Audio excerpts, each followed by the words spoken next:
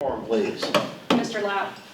Present. Mr. Griffin. Yes. Mr. Tillman. Here. Dr. Matusek. Here. Mrs. Charmison. Here. I'd like to welcome all of our visitors. We appreciate you coming. Are there any public comments? I don't think there was anyone on the sheet. None on the sheet. None on the sheet. And nobody contacted me? Or No, sir. You? All right. So moving on, we'll go to the consent agenda. Would anybody like to remove anything from the consent agenda for further discussion? I have nothing. I have none. I'm good. Then I will make a motion to approve the consent agenda as presented. Second. Mr. Lau. Aye. Mr. Griffin. Yes. Mr. Tillman. Yes. Dr. Matusek. Yes. Mrs. Charmison. Yes. All right. Next is, if I can work my mouse, apologize. Regular business, discussion and possible board action regarding the schedule of regular board meetings for the calendar year of 2024. We have two options this evening. Two options, and this is, last year, we had the request to have the two meetings that we had at noon to accommodate the baseball schedule. That way we weren't missing games at night. So that's what we did. So I can't get my computer to pull up, but option one, I believe, is the one that mimics last year's, or what we did this year, 23, where the March and the April Monday meetings are at noon. And then option two, I believe, is the one, is it just the opposite? Yeah. Okay.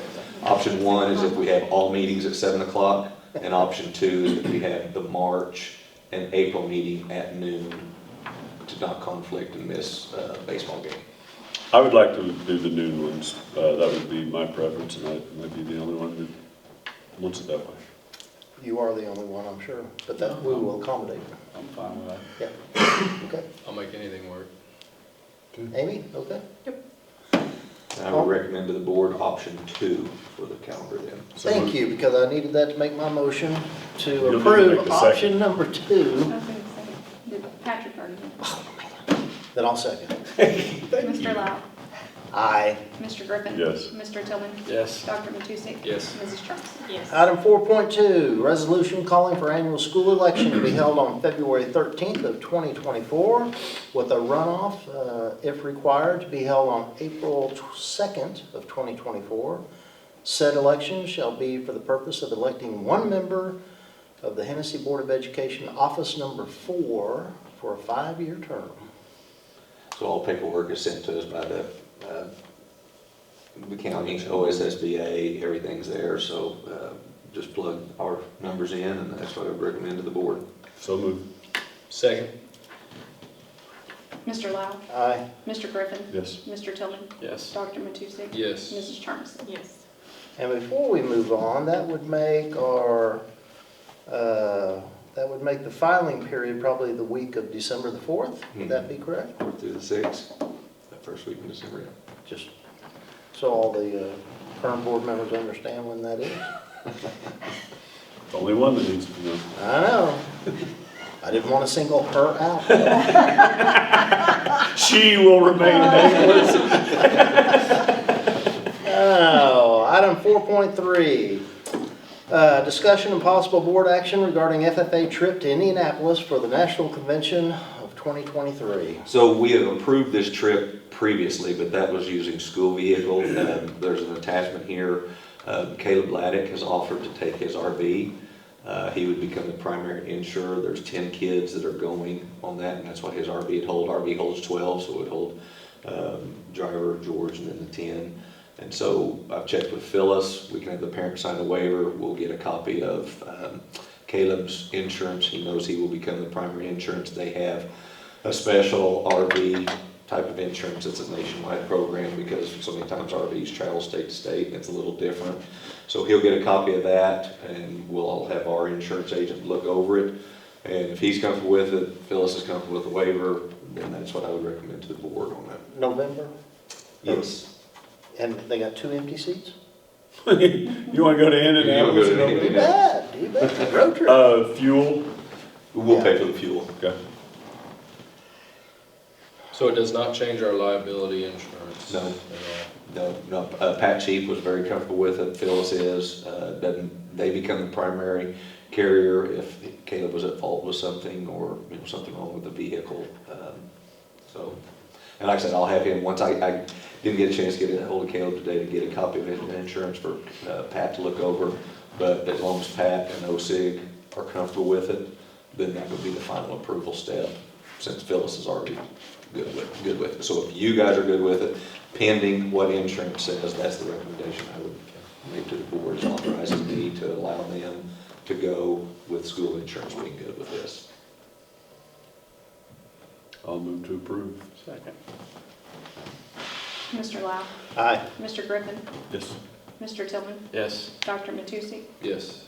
Mrs. Jarvis. Yes. Item number 5, new business. No new business. Item number 6, superintendent reports. Facilities, so we're kind of just in a holding pattern on the bus barn addition.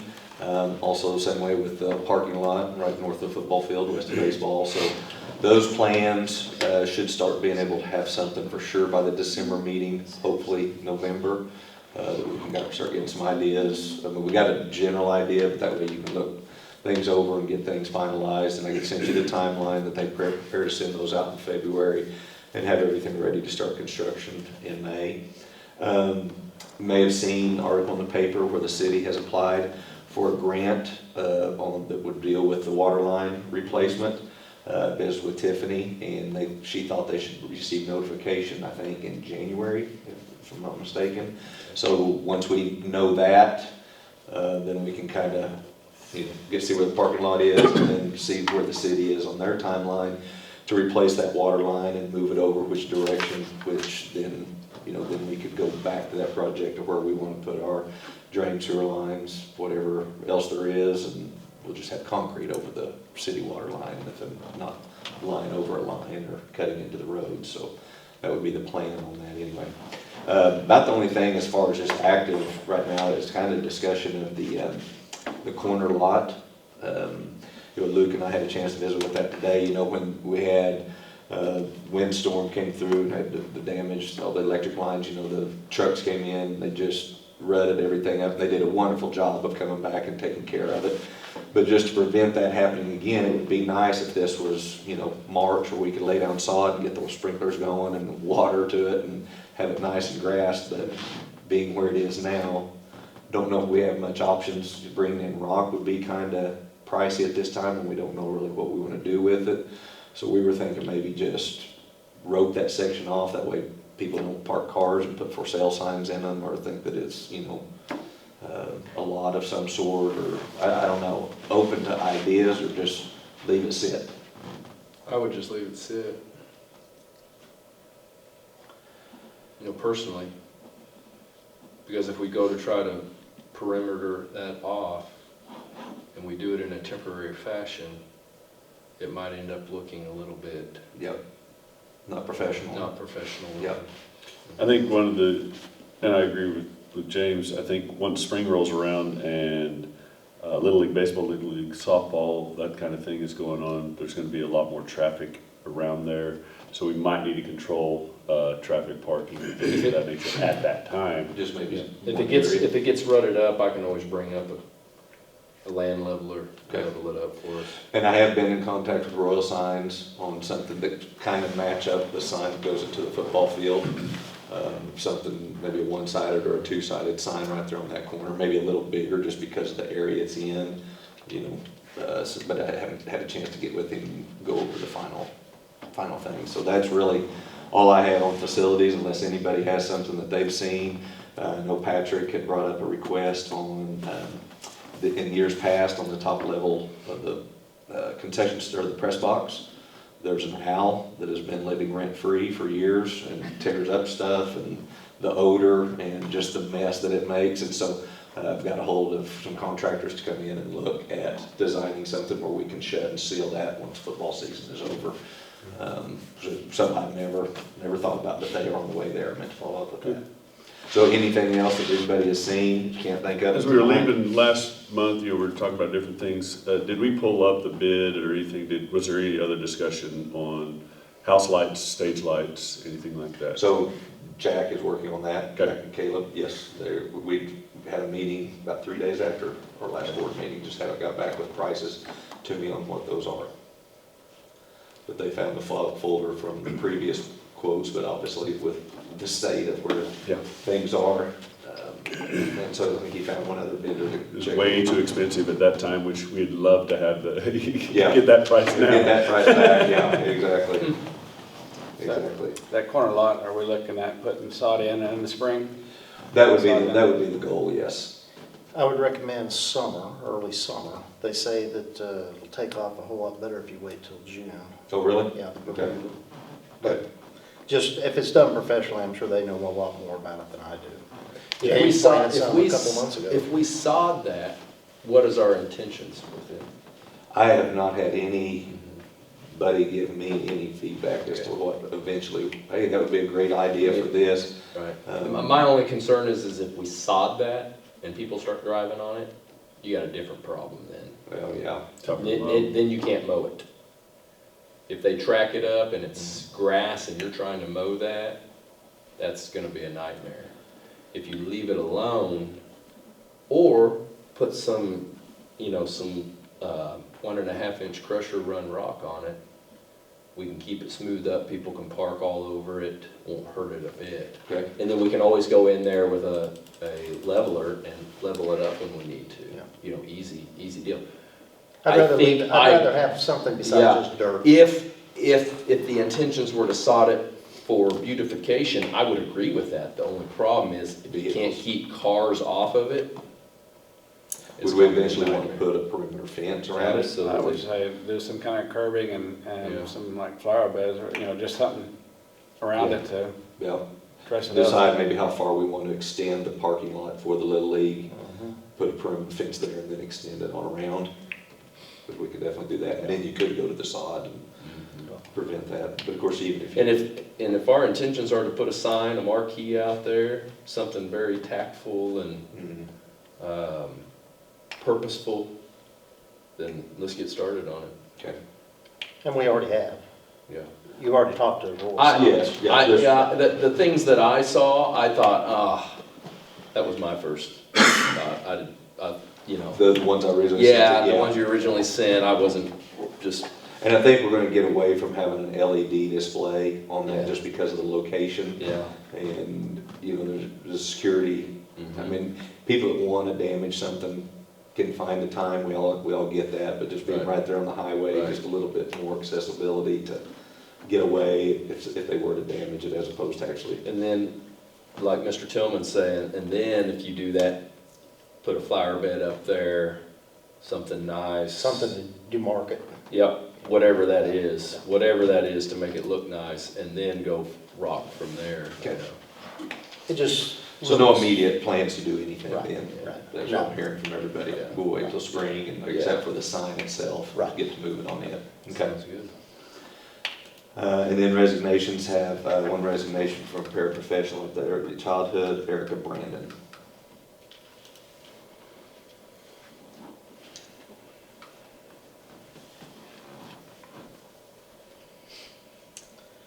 All right.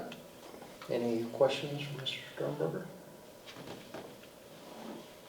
Seeing none, we will move on to item number 7 on the agenda, personnel. 7.1, discussion and possible board action regarding the benefits for certified employees and support employees for the 2023-2024 school year. So this is just something that we just wanted to bring back to you guys. We've talked about it in the spring, of just our annual stipend, been able to do this, tracking our money and our revenue. Gross production is down, but we are still in tremendous shape. I think if you look at our years past, carryover general fund budget compared to what it is now, yes, we have the parking lot on there, but still even with that, we're in very good shape. So at minimum, in the past, we've given $1,500 to certified and $750 to non-certified and then prorated part-time on that. But at bare minimum, I would recommend that to the board again of $1,500 and $750, like I said, at bare minimum. To be paid. To be paid, this goes out the week that we take off right before Thanksgiving. That way that it's that sale week and have time before Christmas and prepare for Christmas.